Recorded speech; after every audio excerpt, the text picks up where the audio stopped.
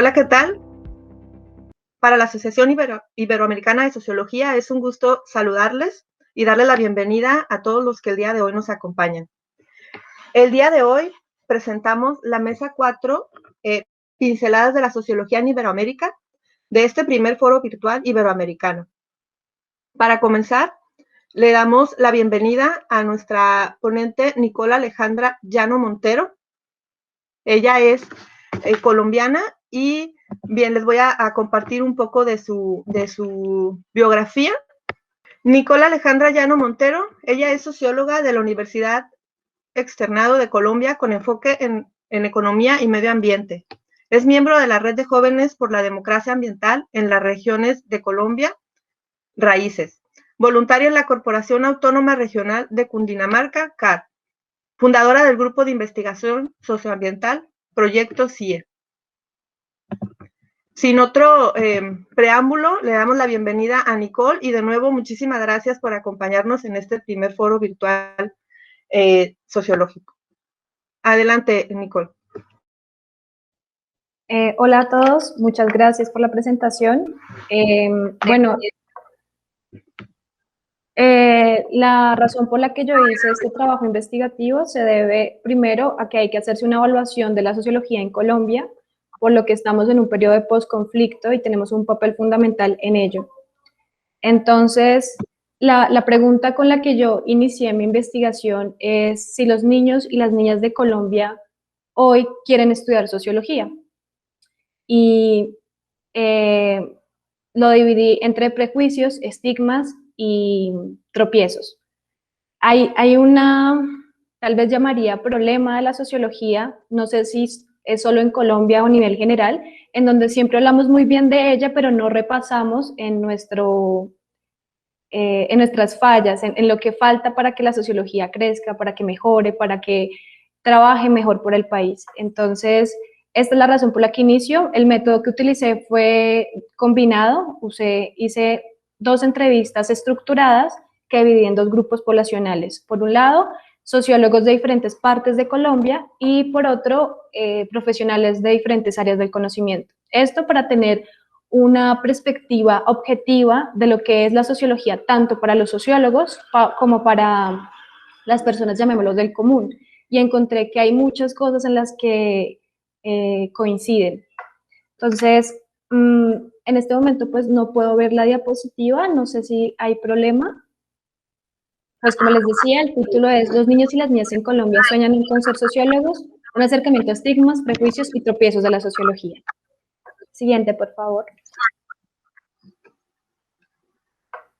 Entonces, bueno, lo que yo quiero es empezar con un contexto que nos va a mostrar cómo la sociología, a través de la historia de Colombia, ha tenido fallas en temas académicos y en general con la población. Entonces, primero, hay que saber que la primera facultad de sociología de Latinoamérica nace en Colombia, gracias al trabajo cooperativo entre Fals Bordal y Camilo Torres.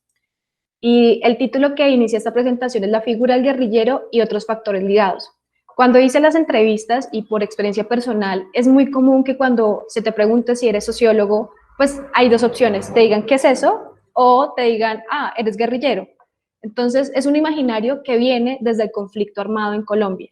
Entonces acá viene algo muy importante y es que nace el conflicto en Colombia a raíz de que en los años 60 a nivel latinoamericano hay un boom de movimientos sociales, la búsqueda de los derechos de la mujer, la búsqueda de los derechos afrodescendientes, en fin, la búsqueda de las libertades, y en ese contexto nace la Facultad de Sociología.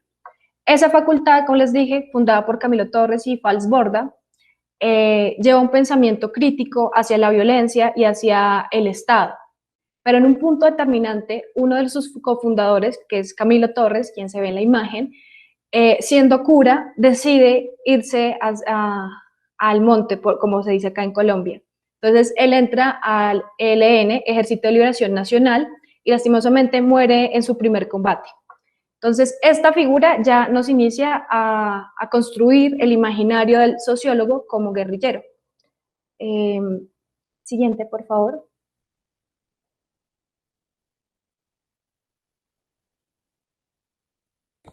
Entonces, la Universidad Nacional y las facultades que se fundan alrededor de Colombia producen un sentimiento de inconformidad y de amenaza hacia sectores conservadores del país. Quiero decir aquí que el país desde mucho tiempo, antes del conflicto armado, ha sido un país polarizado, dividido en dos partidos políticos, el liberal y el conservador. Acá les presento un mapa que me parece muy importante para mostrarles. No sé si ustedes saben o recuerdan que en Colombia hubo un plebiscito cuando hubo los acuerdos en La Habana con el grupo guerrillero Las FARC. El mapa muestra las personas que votaron sí a los acuerdos y no. La parte verde se ve las personas que votaron sí. Quiero que tengan en cuenta que esa parte de Colombia es la que vivió el conflicto de manera más brutal, mientras que el centro hace parte de los que votaron que no, que es asimismo las personas que no vivieron el conflicto de esa manera. Entonces hay una polarización en Colombia que a su vez lleva a pensar que los colombianos tienen un pánico al tema del socialismo y el comunismo desprendido del conflicto armado. Entonces, acá vuelve otra vez la imagen del sociólogo que como se fundan escuelas marxistas, entonces, que lucha por los derechos, por las libertades, entonces es sinónimo de terrorista, de guerrillero, de izquierda. Entonces, es un país que le teme a exigir derechos, a exigir libertades por esta manipulación que se dio, porque el conflicto armado fue usado por el Estado y los medios de comunicación para satanizar. Entonces, actualmente eso aún nos tiene muy mal. Nuestro país tiene el número más grande de líderes ambientales y defensores de derechos humanos asesinados. Entonces, esto sigue configurando ese imaginario del sociólogo guerrillero izquierdoso y hasta ahí. Pero acá viene la parte de la crítica, y es que a partir de los años 40, a partir de los años 50, las ciencias sociales en general en Colombia se involucraron en, llamémoslo, la violentología, que es el desarrollo teórico y conceptual acerca del conflicto armado, la paz, el territorio, y los planteamientos, tesis, investigaciones han ido creciendo exponencialmente, dejando de lado otras líneas de investigación. Entonces así se acerva el idea y la imaginario del sociólogo. Siguiente, por favor. Entonces, aquí pues tengo una cita de una ponencia que se presentó en Suiza por parte de un estudiante de la Universidad Nacional que hizo un examen riguroso de los documentos sobre sociología y explica cómo a partir de los 90 se triplicó la producción de este contenido sobre la violencia, la paz y el territorio. Y 2000-2010, eso sigue siendo pues, el boom de esos textos. Y pues 2010 no está muy alejado, es decir, que nosotros no hemos entrado a la investigación de otras líneas como el feminismo, el medio ambiente, la salud, la cultura, imagen que nos lleva a la misma estigmatización. Entonces, lo que yo quiero que parta acá es que la estigmatización tiene culpables tanto a los sociólogos como al Estado como a la población. Es decir, que hay un trabajo importante de parte de nosotros para cambiar un poco ese imaginario. Siguiente, por favor. Entonces, bueno, aquí les presento la tabla, que es de datos de la Biblioteca Luis Ángel Arango, y quiero señalar la parte total, 2.763 documentos para entre el 2000 y el 2010 sobre estos temas en específico. No, quiero ser muy enfática en que esto es importante, y más en este periodo que tenemos, pero estamos dejando de lado investigaciones y metodologías incluso importantes para desarrollar en nuestro país. Siguiente, por favor.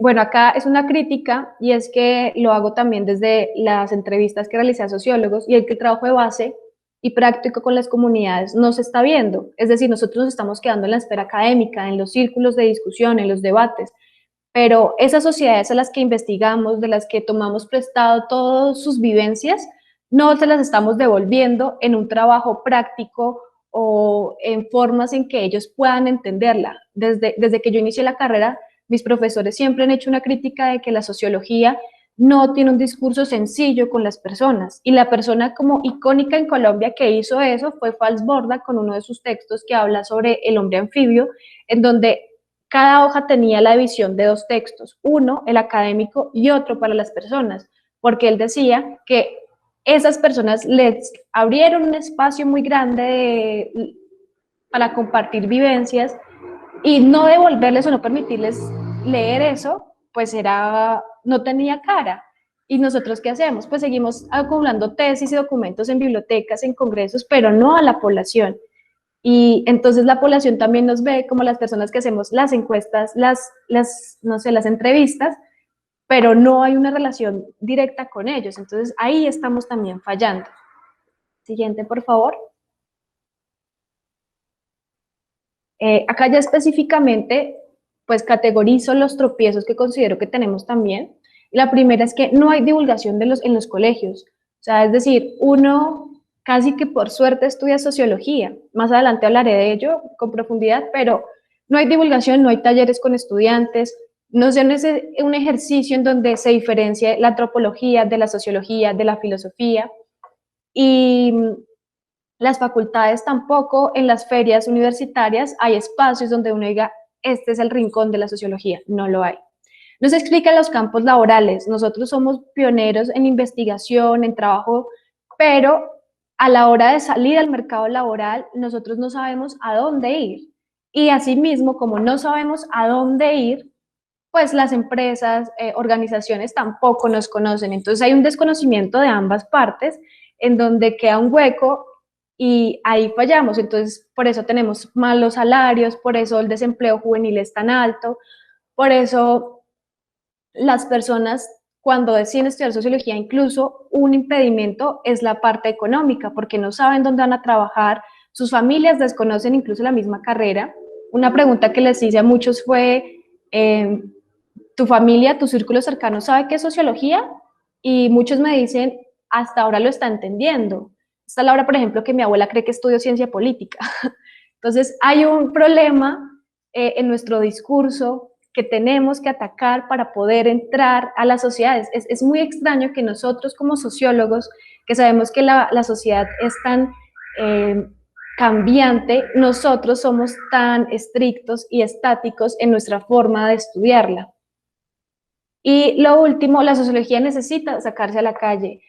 A mí me encanta el tema de los documentales, de las redes sociales, del movimiento, llamémoslo innovador, que debería tener las ciencias sociales. Entonces, a nosotros también deberían darnos una cátedra o un espacio para aprender sobre marketing digital, sobre documentales, producción fílmica y fotografía. Esos espacios deben seguir abriéndose, abrir círculos de cine, hacer análisis de cosas que llamen la atención a los niños, a los jóvenes y a los adultos y digan, ok, esto no es tan aburrido, porque nos ven como personas aburridas, cuando el estudio de la sociedad me parece que es lo más maravilloso y de todo se puede estudiar. O sea, uno puede hacer un estudio de por qué hay trancón en la 80 a tal hora y asimismo hacer un estudio de por qué la organización del trabajo se puede ver cambiada por el COVID.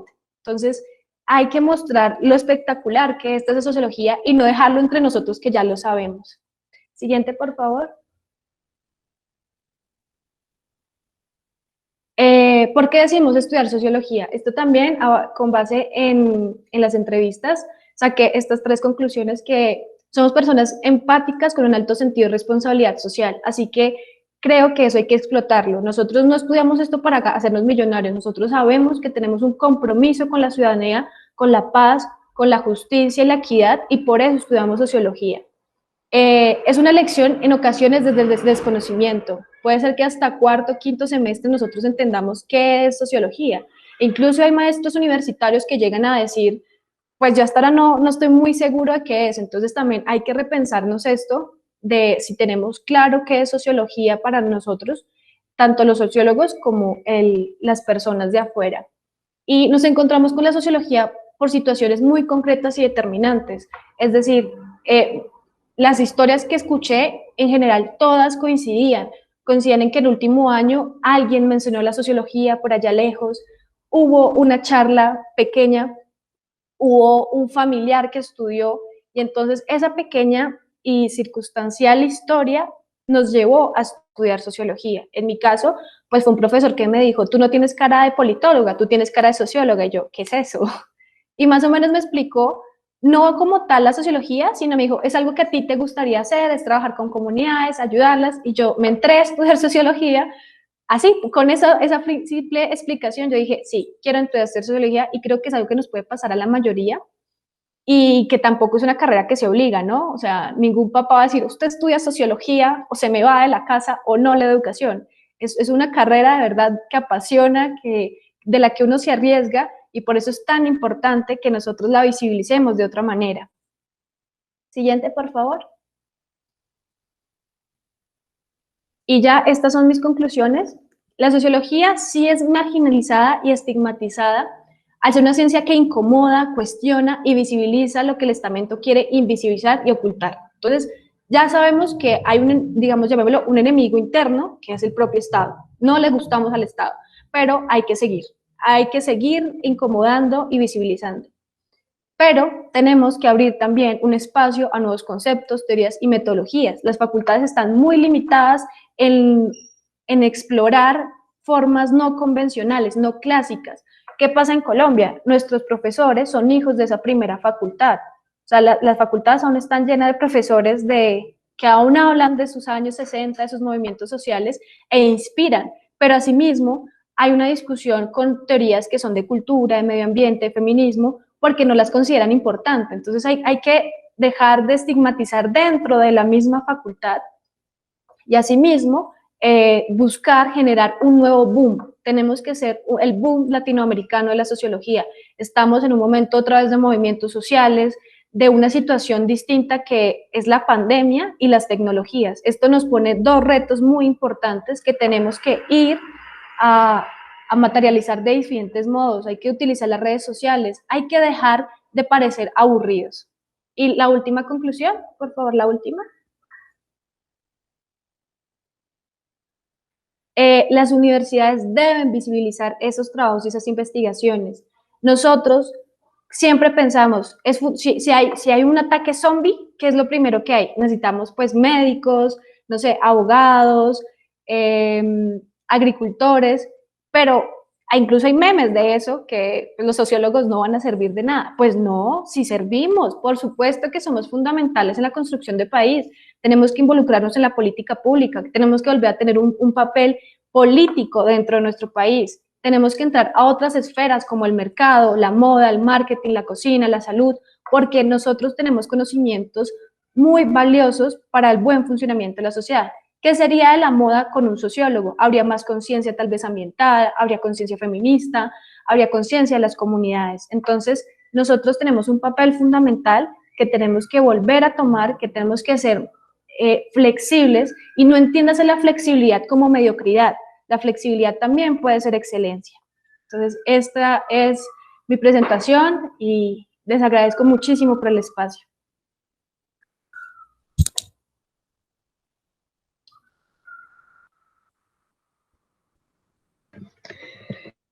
Muchas gracias a ti, Nicole, por tu aportación en este primer foro virtual iberoamericano. Muy interesante tema que nos compartes. Y derivado de ello, te pregunto lo siguiente. ¿Cuál es la importancia de la sociología en la actualidad? Si pudieras compartirnos tu opinión y recordando que cuentas con 2 minutos para ello. Bueno, pues yo diría que por supuesto el papel de la sociología es la construcción de país. Acá en Colombia, que estamos en posconflicto, como en México, como en Bolivia, hay una responsabilidad, como les mencioné, por parte de los sociólogos por hacer y mejorar el mundo, podría decirlo. Estamos en un momento en que las desigualdades son muy grandes, la inequidad, incluso el cambio climático, que es algo que nosotros no entendemos, pero el cambio climático va a afectar a los más pobres y eso no se visibiliza. Nosotros tenemos un papel de comunicar y cambiar. Tenemos en este momento que dejar no los escritorios, pero pasar de los escritorios a la calle. Tenemos que trabajar en conjunto con las comunidades, ser objetivos, pero a la vez también empáticos y en el caso de las mujeres, sororas. Esa sería mi opinión. Muchísimas gracias de nuevo. No, muchísimas gracias a ti, Nicole, por este espacio y este tiempo que nos proporcionas para compartir esta información.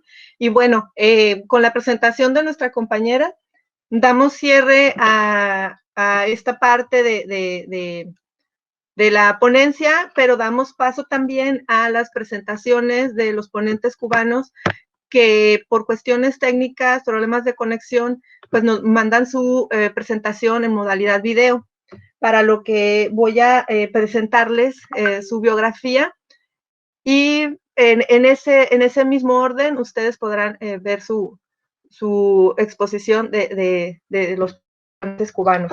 Muchísimas gracias de nuevo, Nicole, y continuamos con las biografías de los ponentes de Cuba. Tenemos la presentación de Dainelis. Bueno, ella en el 2020 participó en el taller de intercambio Ciencia, Gobierno, Cultura, Comunicación. Publicó en la revista científica Cultura, Comunicación y Desarrollo en marzo del 2020, El hábitat y el desarrollo local en Cuba, y fue reconocida por la Facultad de Ciencias Sociales por haber sido la joven en adiestramiento más destacado integralmente en el año. Buenos días, mi nombre es Dainelis Reinas Gallego y estoy muy agradecida de participar en este primer foro virtual iberoamericano de sociología con el trabajo, el desconocimiento de la sociedad cubana sobre la importancia de la sociología.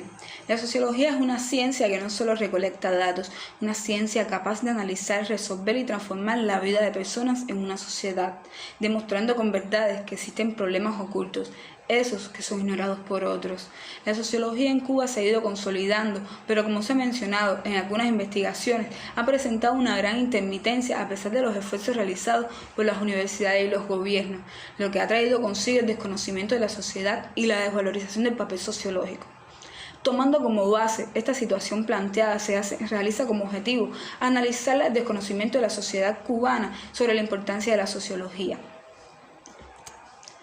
Esta investigación tiene como antecedente los trabajos realizados por las profesoras de la Universidad Nacional Autónoma de México, María Cristina Puga, Jacqueline Perchat y Teresa Castro, de los profesores de la Universidad de La Habana, Jorge Núñez Jover, Jorge Hernández Martínez y la profesora Teresa Muñoz Gutiérrez, y de la Universidad Central Marta Abreu de Las Villas, Galia Figueroa Alfonso, Lisset Hernández Galvez. Esta investigación utiliza una metodología cualitativa que tiene como objetivo la descripción de cualidades del fenómeno, y esta investigación cualitativa es inductiva, tiene una perspectiva holística, es decir, que considera el fenómeno a este fenómeno como un todo. La muestra que se utilizó para la realización del trabajo fue la de participantes voluntarios, en el que se tuvo el apoyo de 208 personas. Las técnicas aplicadas fueron el análisis de documentos, en el que se hizo la revisión de la sociología en Cuba, y la entrevista abierta, en el que esta tuvo como objetivo saber el conocimiento que poseen las personas sobre la sociología. La utilización del análisis de documentos como técnica aportó resultados novedosos, en el que se aprecia un aumento de las investigaciones teóricas relacionadas con la sociología y sobre todo con la historia de la sociología en Cuba, dejando un poco de lado lo que realmente percibe la sociedad sobre esta ciencia. Se coincide con la doctora en ciencia Teresa Muñoz Gutiérrez cuando argumenta que es importante no perder la capacidad crítica que tienen las ciencias sociales y especialmente la sociología, y aprovecharla en función del perfeccionamiento de nuestra imagen de desarrollo de la ciencia, en el perfeccionamiento de la sociedad. Por tanto, la sociedad es la principal preocupación de la sociología, en el que todos los esfuerzos y medios deben ir destinados hacia el mejoramiento de esta. Al realizar la entrevista abierta, se demostró que la sociedad cubana posee un gran desconocimiento sobre lo que es la sociología, argumentando en algunos casos que esta es igual o semejante a otras ciencias como los estudios socioculturales, la psicología, la filosofía, y hasta en algunos casos a la historia. Fue llamada también sociocosita porque no entendían el significado de esta. En algunas empresas, al no conocer lo que es la sociología, toman como vía fácil responder de que no hace falta un sociólogo, ya que este no cumple con el perfil ocupacional que esa empresa tiene. Se coincidió también con algunos estudiantes universitarios de otras ciencias como de la química, la mecánica y la arquitectura, en el que no sabían la utilidad de la sociología y no sabían que esta era tan importante para la sociedad. Se mencionó también de que esta ciencia era una ciencia blanda, donde solo aquellos ingenieros decían que no tenían interés, y algunas personas obviamente no sabían lo que era la sociología, no sabían su utilidad, ni siquiera la conocían o la habían escuchado. Se coincidió con estudiantes con graduados de la carrera de sociología, en que mencionaron su preocupación hacia este tema, o sea, hacia el desconocimiento social, en que explicaron que esto les había pasado factura en muchas situaciones, mencionando que la mayor parte de los graduados son ubicados en lugares que tienen que ver con la producción y los servicios, donde lo único que les interesa es ocupar una plaza, y en el que no les importa para lo que fueron preparados durante 5 años, que es algo muy triste. Esto trae como resultado una desmotivación entre los mismos profesionales de la sociología, llevando consigo hasta el abandono a ejercer esta ciencia. Se tiene como conclusión y como discusión de esta investigación que, a pesar que ha habido un desarrollo cultural de la ciencia en Cuba, como menciona Jorge Núñez Jover en 1997, esto solo queda a nivel académico, no va más allá, donde hay un desconocimiento de esta sociedad sobre la sociología, y es una realidad que existen miles de problemas sociales de reclamo del oficio sociológico, y no olvidar que la realidad siempre es más rica que cualquier reflexión que se haga sobre ella, o sea, sobre la sociedad. Uno de los datos más importantes que se mencionó anteriormente fue que se compara demasiado a la sociología con otras ciencias, que no se puede dejar de olvidar que esta sociología es una ciencia multidisciplinar, pero hay que saber delimitarlas a la hora de decir qué es. En la actualidad cubana se debe de considerar el valor que posee la sociología, y es preciso educar y enseñar a las presentes y futuras generaciones sobre lo mucho que aporta y lo necesaria que es esta ciencia para la Cuba de hoy. Muchas gracias y nos vemos.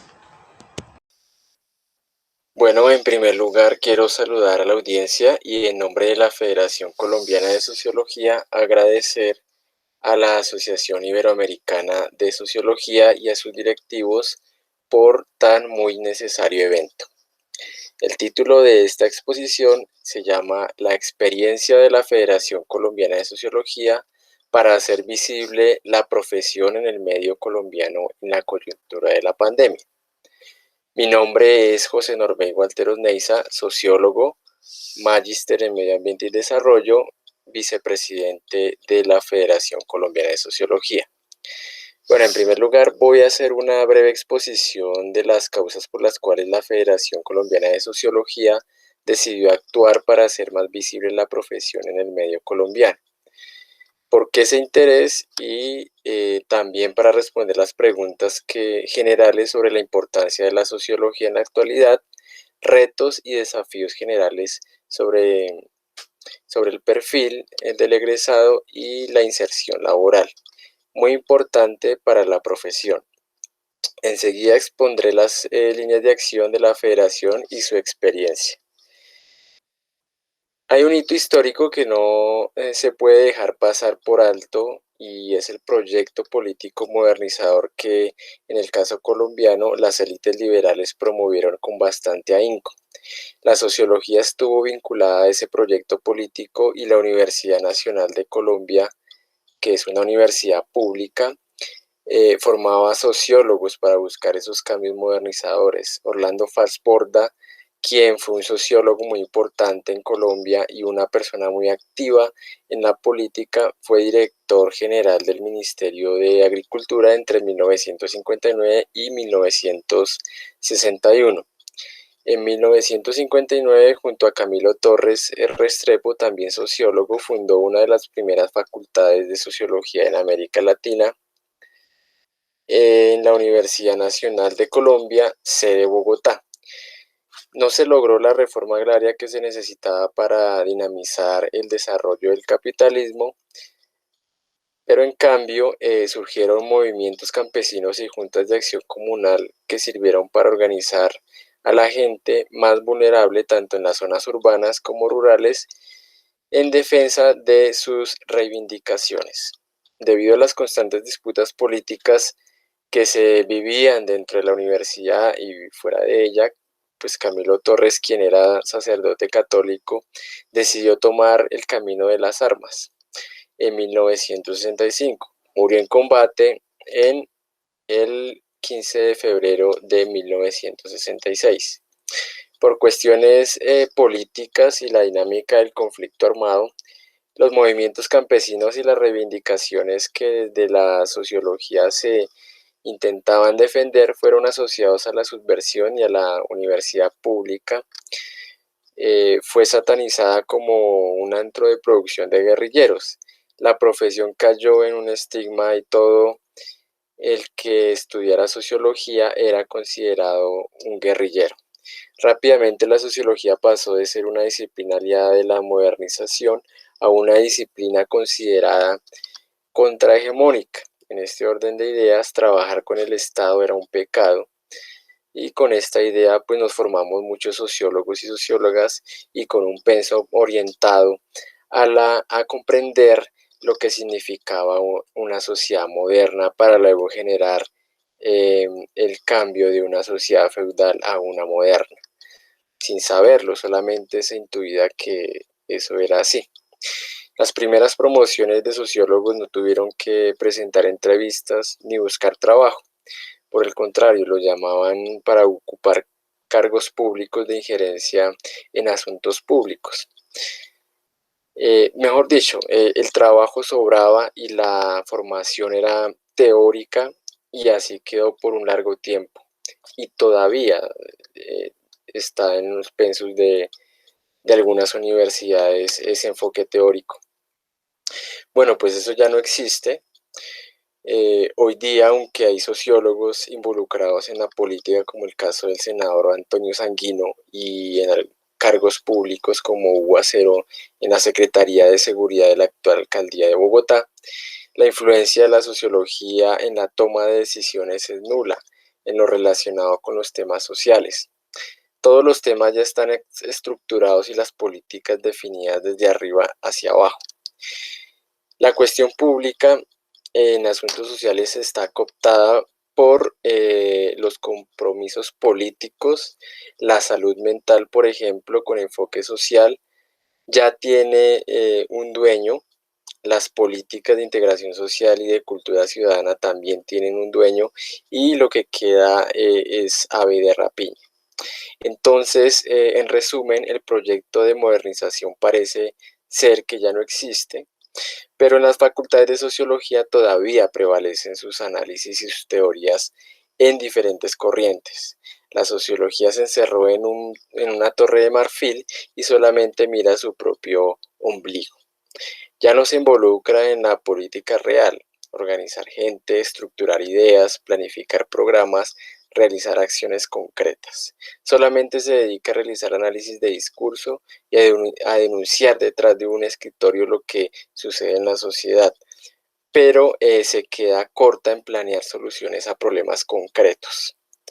Otra de las causas por las que la Federación decidió actuar fue la falta de oportunidades laborales para los y las profesionales en sociología, debido a la falta de un gremio organizado con un proyecto programático que defienda los intereses de la profesión.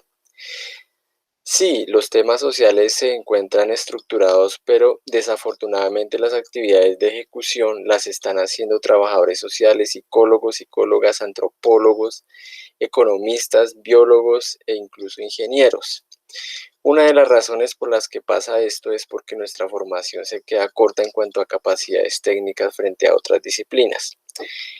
en capacidades técnicas para resolver problemas, en realizar informes ejecutivos, en construcción de indicadores, en operacionalizar variables, en administrar bases de datos y analizarlas, en realizar cronogramas, en planificar las actividades, en dar resultados en matemáticas, en estadísticas, en la construcción de modelos, en normatividad y en el funcionamiento administrativo del Estado, e incluso en el funcionamiento de instituciones internacionales como por ejemplo la ONU, y en el funcionamiento de mecanismos de cooperación internacional y en habilidades de programación. Una última causa por la cual la Federación actuó en esta coyuntura es el cambio en la formación. Según Moisés Wasserman, un intelectual muy respetado en Colombia, ex rector de la Universidad Nacional de Colombia, dice que muchos de los futurólogos que intentan decir qué va a pasar en los próximos años, dicen que las personas están estudiando hoy en día en las universidades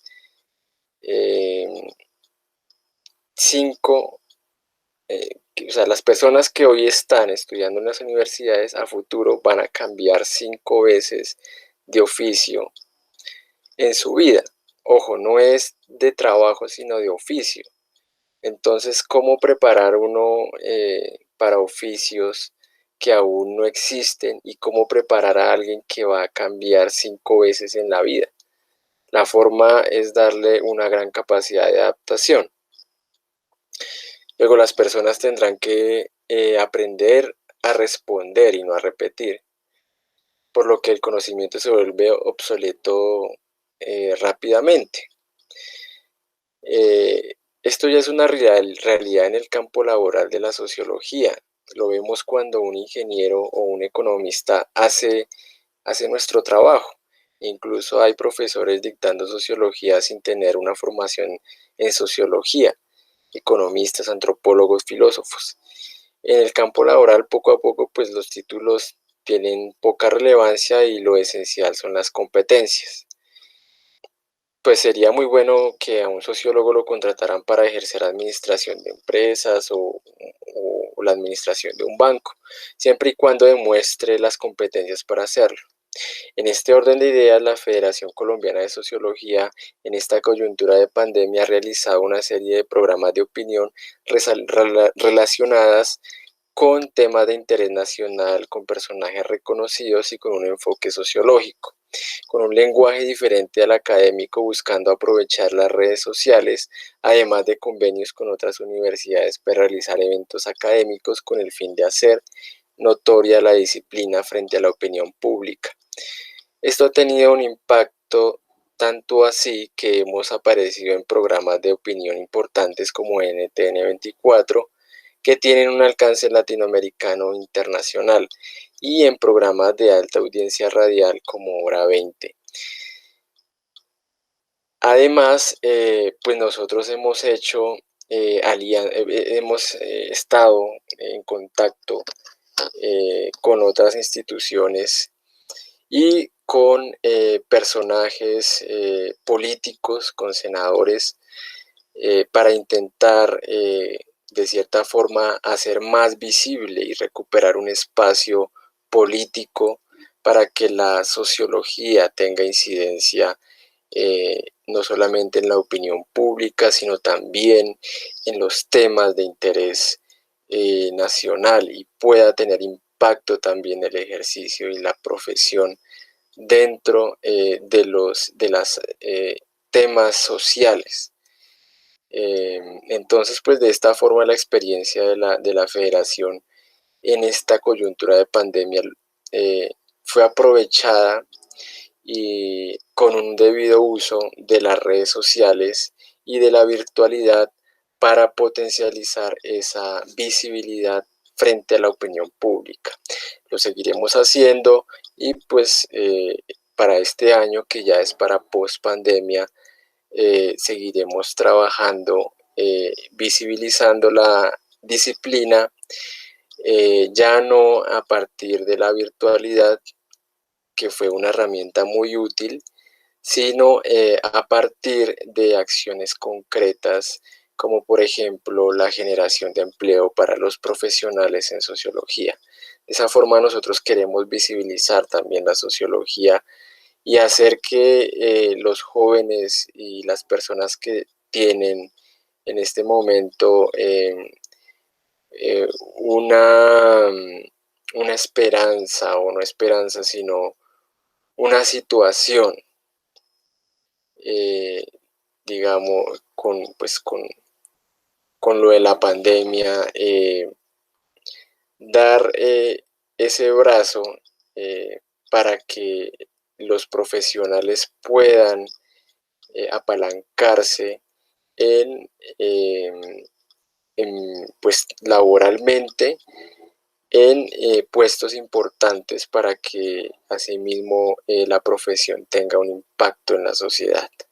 Entonces, de esta forma hemos venido trabajando y hemos tenido un impacto pues en la opinión pública, y hemos hecho un poco más visible la sociología. Todavía falta hacer más para que la sociología sea mucho más visible y tenga injerencia pues en las decisiones de tipo local e incluso nacional, pero la idea es esa.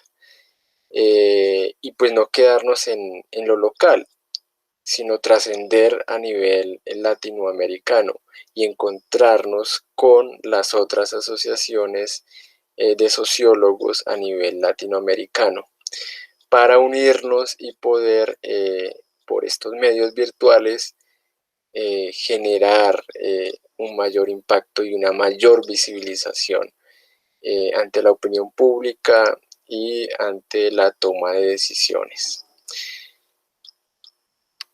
Bien, pues no siendo más, pues esta primera parte de mi exposición dejo hasta aquí. Muchas gracias por su atención prestada.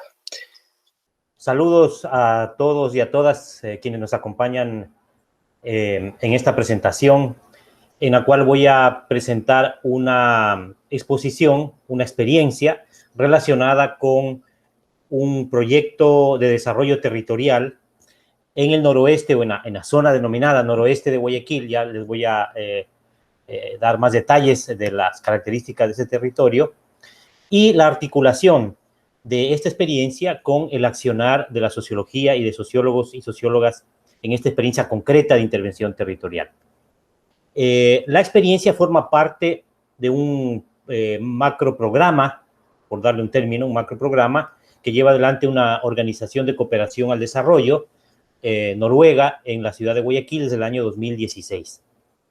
Esta es una experiencia que nace de una propuesta innovativa, ¿no es cierto?, de articulación multiactores, encabezada en ese momento, pues, por la organización que les menciono, Misión Alianza Noruega, en coordinación con una serie de organizaciones de la sociedad civil de Guayaquil y con el involucramiento activo desde un inicio de la Escuela de Sociología y Ciencias Políticas de la Universidad de Guayaquil.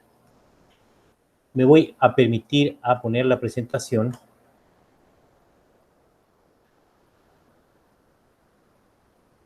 Ya.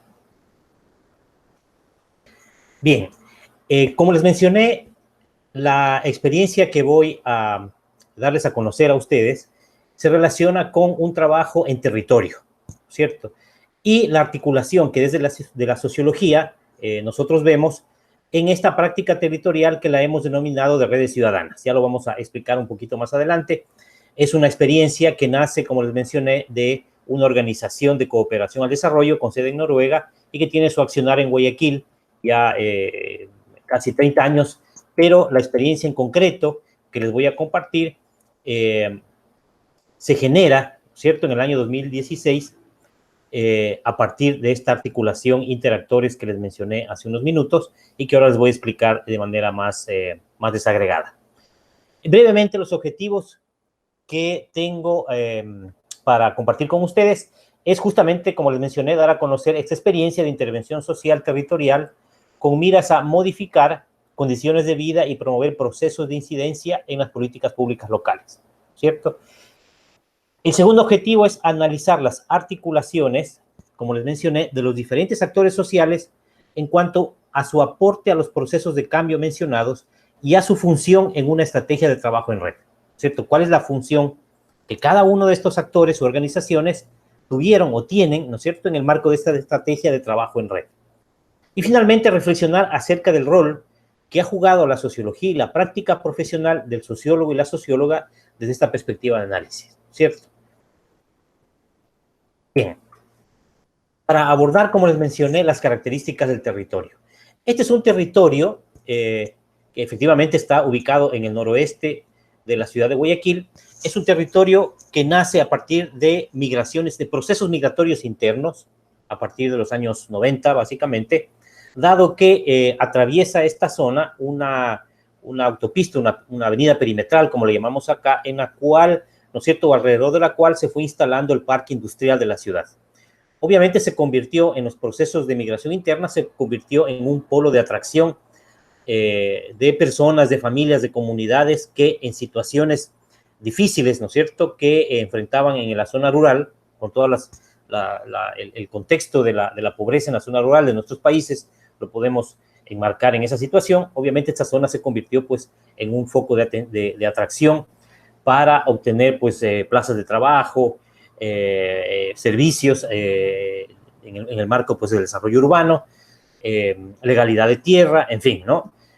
Todos estos elementos que configuran un polo de atracción, ¿cierto?, fue configurando durante los años un territorio que finalmente, obviamente, no obtuvo las condiciones adecuadas para garantizar sus derechos de acceso pues a una vivienda adecuada, agua, alcantarillado, recreación, educación, salud, ¿cierto? Es un territorio caracterizado por una baja calidad educativa en el marco de la red de las escuelas y colegios de la zona, ¿no es cierto?, caracterizado por la ausencia de infraestructura adecuada que cubra la totalidad del territorio, y en fin, todo lo que está asociado, ¿no es cierto?, a esta serie de carencias y de negación de derechos para la población, ¿cierto?, que deriva pues en desempleo, en altos niveles de violencia, el microtráfico, ¿no es cierto?, que forma parte de las estrategias de sobrevivencia de las personas y obviamente vinculado a eso, al abandono familiar, a la desestructuración familiar, el consumo de drogas. Entonces, es un territorio en el marco de una ciudad como Guayaquil, que está entre los 2.800.000 a 3 millones de habitantes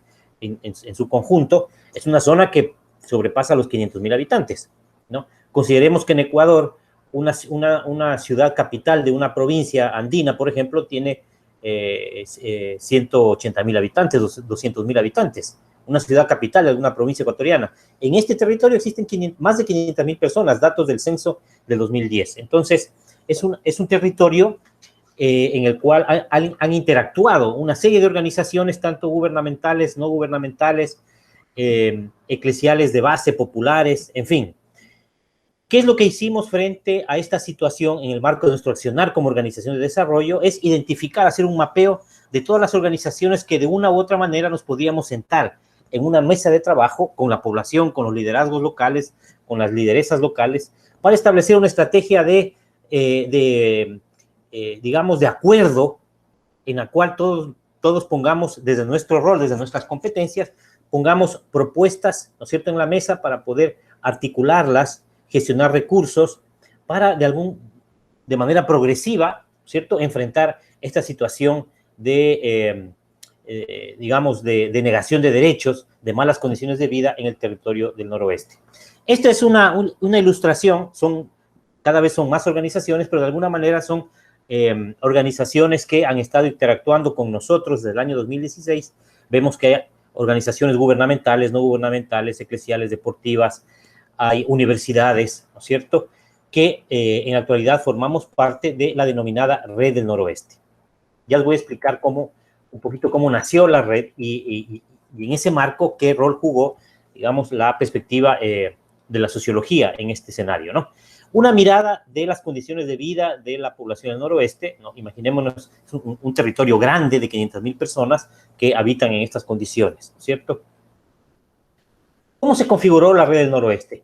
En el mapeo, en la etapa del diagnóstico social que realizamos entre el 2015 e inicio de 2016 con la Escuela de Sociología de la Universidad de Guayaquil, identificamos que en el territorio hay actores claves que necesariamente debemos identificarlos para poder articular en este trabajo de incidencia colaborativa que les voy a comentar más adelante.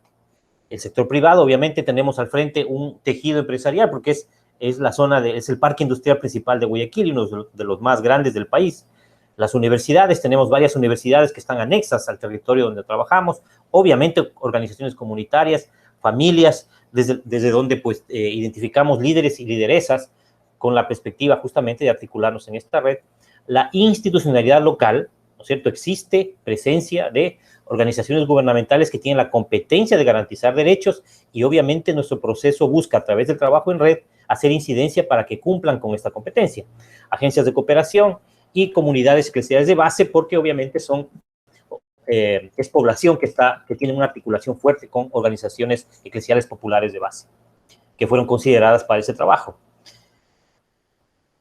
En el diagnóstico nos dimos cuenta de que obviamente estamos enfrentados a un tejido social y comunitario seriamente afectado, ¿no es cierto? Desarticulado, porque obviamente poblaciones que pertenecen a distintos territorios y zonas del país, donde ya aglutinados en un espacio único, pues se pierde esa identidad, ¿no es cierto? Identidad de pueblo, de territorio que tenían en sus zonas de origen y que la perdieron pues al ubicarse en una zona para ellos desconocida. Efectos en la convivencia social. La economía familiar como una de las dimensiones más afectadas, por supuesto, profundización de las inequidades y de la exclusión social. Hay todo un imaginario social urbano, ¿no es cierto?, en una ciudad que identifica a esa zona como una zona que está, ¿no es cierto?, en la parte, a un lado de la ciudad. No es una exclusión inclusive, no solamente física, espacial, sino también imaginaria del resto, ¿no es cierto?, de zonas de la ciudad. Exclusión no solamente en el imaginario, como mencioné, sino en el acceso a servicios de salud, a educación, a protección social de los más vulnerables, a espacios de recreación para niños, para jóvenes, para adolescentes. La seguridad alimentaria. La seguridad alimentaria nos hemos dado cuenta de que no es un problema exclusivo de etapas de emergencia cuando hay, por ejemplo, ahora que estamos enfrentando el COVID, o cuando hay un desastre natural, o cuando hay un incendio, o cuando hay un terremoto, etcétera, sino que la problemática de la seguridad alimentaria, especialmente de niños y niñas, es permanente en estas condiciones. Y efectos en el marco socioeconómico del territorio, ¿no es cierto? Menor inversión privada y pública, desempleo y deterioro de infraestructura. Bien, para ir entrando ya a la parte ya de conclusiones y análisis de lo que les acabo de presentar. ¿Cuál fue la estrategia con todos estos actores, ¿no es cierto? Es la estrategia en torno a la cual llegamos a un acuerdo para intervenir en el territorio. La estrategia la denominamos pues incidencia colaborativa.